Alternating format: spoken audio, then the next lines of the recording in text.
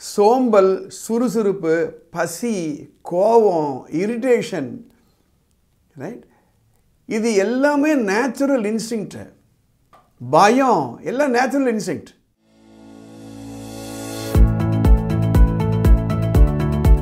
நண்பார்ந்தவர்களே, ஒரு காரு, ஒரு பெரிய ஹைவே, 4 லேன் டிராஃபிக். அதில் சிக்னலுக்கு ஒரு வண்டி நிற்குது. சிக்னல் விழுந்துருச்சு.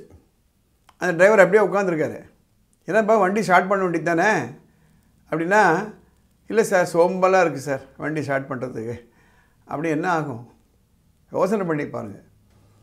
இல்லை வேகமாக போயிட்டுருக்கு, எதிர ஏதோ டிராஃபிக் ஜாம் போல் இருக்கு, எல்லா வண்டியும் நிற்குது, ஏப்பா பிரேக் அப்ளை பண்ணே அப்படின்னா, இல்லை சார் ரொம்ப சோம்பேத்தனமாக இருக்குது சார். அப்படி என்ன ஆகும்? அந்த நிலையில் தான் நிறைய பேர் இருக்காங்க. எனக்கு ஒருத்தர் ஃபோன் பண்ணுறாரு, சார் எனக்கு இன்னும் கொஞ்ச நாளாகவே ரொம்ப சோம்பலாக இருக்குது சார், எனக்கு கன்சிஸ்டண்ட்டாக என்னால் ஒன்றுமே பண்ண முடியல அப்படின்றாரு.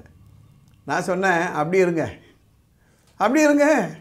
என்ன சார் எக்ஸாம்லாம் வருது, வானா நீங்கள் தான் சோம்பலாக இருக்குன்னீங்க, அப்படி இருங்க, எதுக்கு நான் உங்களுக்கு அட்வைஸ் கொடுக்கணும் அப்படின்னு ஒரு மெசேஜ் கொடுத்தேன் அவருக்கு. எதுக்காக இதை நான் சொல்கிறேன் அப்படின்னா, சோம்பல், சுறுசுறுப்பு, பசி, கோபம், இரிட்டேஷன், ரைட்? இது எல்லாமே நேச்சுரல் இன்ஸ்டிங்க்ட். பயம் எல்லாம் நேச்சுரல் இன்ஸ்டிங்க்ட். அதெல்லாம் இருக்கத்தான் இருக்கும். ஆனால் எந்த இடத்துல கோவிச்சுக்கணும், எந்த இடத்துல சோம்பலாக இருக்கணும், எந்த இடத்துல இரிட்டேஷன் இருக்கணும், எந்த இடத்துல பசி இருக்கணும், எந்த இடத்துல பொறுமை இருக்கணும், இந்த இடத்துல தான் நம்ம அறிவு, புத்திசாலித்தனம் இருக்குது. எல்லா வேலையும் பண்ணிட்டோம், ஒரு ஞாயிற்றுக்கிழமை வருது, நிறைய நேரம் இருக்குன்னா 1 hour தூங்கலாம், தப்பு கிடையாது. ஆனால் நாளைக்கு காலையில் ஒரு எக்ஸாம் இருக்குது அப்படின்னா, இப்போ நான் ரெஸ்ட் எடுத்துக்கிறேன் அப்படின்னு இருந்துட்டு போங்க. So we have to be thinking about the consequences.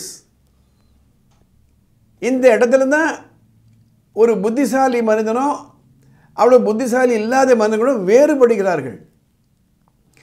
நான் இப்போது ஒரு 6 பாயிண்ட் நான் கொடுக்குறேன், அந்த சோம்பல்லேருந்து விடுபடுறதுக்கு ஐடியா கொடுக்குறேன். இது பாருங்கள், நான் நிறைய வீடியோலாம் போடுறேன், இதெல்லாம் ஒத்துக்கணுன்ற அவசியமே கிடையாதுங்க, இதெல்லாம் இம்ப்ளிமெண்ட் பண்ணணுன்ற அவசியமே கிடையாது. நான் யார் உங்களை கம்பல் பண்ணுறதுக்கு?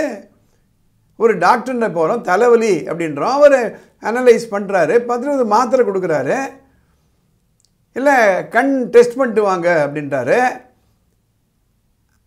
அவர் ஃபோர்ஸ் பண்ணுறாரு அவங்கள, அவர் ரெமெடி கொடுக்குறாரு. உண்மையிலேயே நமக்கு தலைவலி சரியாகணும்னா அவர் சொன்னதை அட்வைஸாக நம்ம கேட்கணும். அந்த டாக்டரை வந்து உங்களை கை பிடிச்சி ஆக்ஷன் போகிறாரு, கண் டாக்டர்கிட்ட பொறுப்பு ஏற்றுக்கணும். நம்ம 6 ஐடியாஸ் உங்களுக்கு கொடுக்குறேன். Be clear and get excited about your goal. இன்னிலிருந்து அடுத்த 5 ஆண்டுகளில் எந்த குறிக்கோளை நோக்கி நீங்கள் பயணிக்கிறீங்கன்றதை பற்றி நினச்சி விஷுவலைஸ் பண்ணி get excited. That will give you the strength to move further. Point number 2, visualize as though you reach the goal. Visualize as though, as if you have reached the goal. அந்த கோலை அடைந்தது போல கற்பனை செய்து கொண்டு அந்த கற்பனையில் அப்படியே நில்லுங்க. as if, உங்களையே நீங்கள் பாருங்கள். டாக்டராக விரும்புகிறீங்களா? டாக்டர் ஆகிட்டீங்க, ஒரு வெள்ளை கோட் போட்டுட்ருக்கீங்க, ஸ்டெத்தஸ்கோப் உங்கள் மேலே தொங்குது, ரோட்டில் நடக்கிறீங்க, எல்லோரும் உங்களை பார்க்குறாங்க, உங்கள் அப்பா அம்மாலாம் உங்களை பார்த்து சந்தோஷப்படுறாங்க. as though, as if you reached your goal. 3, இந்த விஷுவலைஸ் பண்ணி as if ஃப்ரேமுக்கு போன அப்புறம் எவாலுவேட் யுவர் ப்ராக்ரஸ். இப்போ நிஜ நிலைக்கு வாங்க. சோம்பலாக இருக்கேன், கன்சிஸ்டன்சி இல்லை, ஆனால் விஷுவலைஸ் பண்ணி பார்த்தா அங்கே ரொம்ப நல்லா இருக்குது, அந்த இடத்துக்கு நான் போகணும் விருப்பப்படுறேன். எவாலுவேட். எவ்வளோ படிச்சிங்க, எவ்வளோ மார்க் வாங்கிட்டுருக்கீங்க, என்ன செஞ்சீங்க, ஒரு நாளைக்கு எவ்வளோ மணி நேரம் உழைக்கிறீங்க, எவ்வளோ நேரம் சிட்சாட் பண்ணுறீங்க, எவ்வளோ நேரம் சோஷியல் மீடியா உட்காந்துருக்கீங்க. Evaluate your progress and ask a question, இந்த ரேட்டில் நான் எங்கே போய் நிற்பேன், இந்த ரேட்டில் நான் எங்கே போய் நிற்பேன், எவாலுவேட் பண்ணுங்கள். 4வது, ஒரு பேப்பர் எடுத்துக்கோங்க, list 5 worst thing that will happen if you continue to be lazy.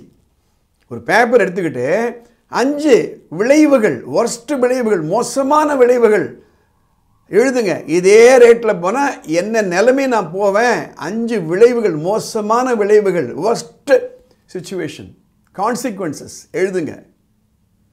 5வது இதை விஷுவலைஸ் பண்ணுங்க. 5 ஆண்டுகள் ஓடிடுச்சு, நீங்கள் as if you are in that, படிக்கலை, அட்மிஷன் கிடைக்கல, பின்னோக்கி பார்க்குறீங்க, நான் சோம்பலாக இருந்ததெல்லாம் உனக்கு தெரியுது, விஷுவலைஸ் பண்ணி பாருங்க. இந்த நிலை உங்களுக்கு தேவையா?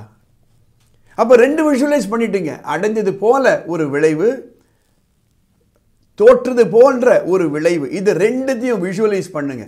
இது 2த்தையும் பண்ண உடனே now reschedule your activities.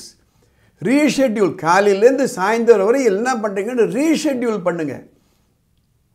எந்தெந்த வேலையெல்லாம் நீங்கள் போஸ்ட்பான் பண்ணுறீங்கோ லேசினஸ் காரணமாக அதுக்கு ஒரு முன்னுரிமை கொடுங்க. இந்த 6 ஸ்டெப்ஸை நீங்கள் ஃபாலோ பண்ணுங்க. எனக்காக இல்லை, உங்களுக்காக.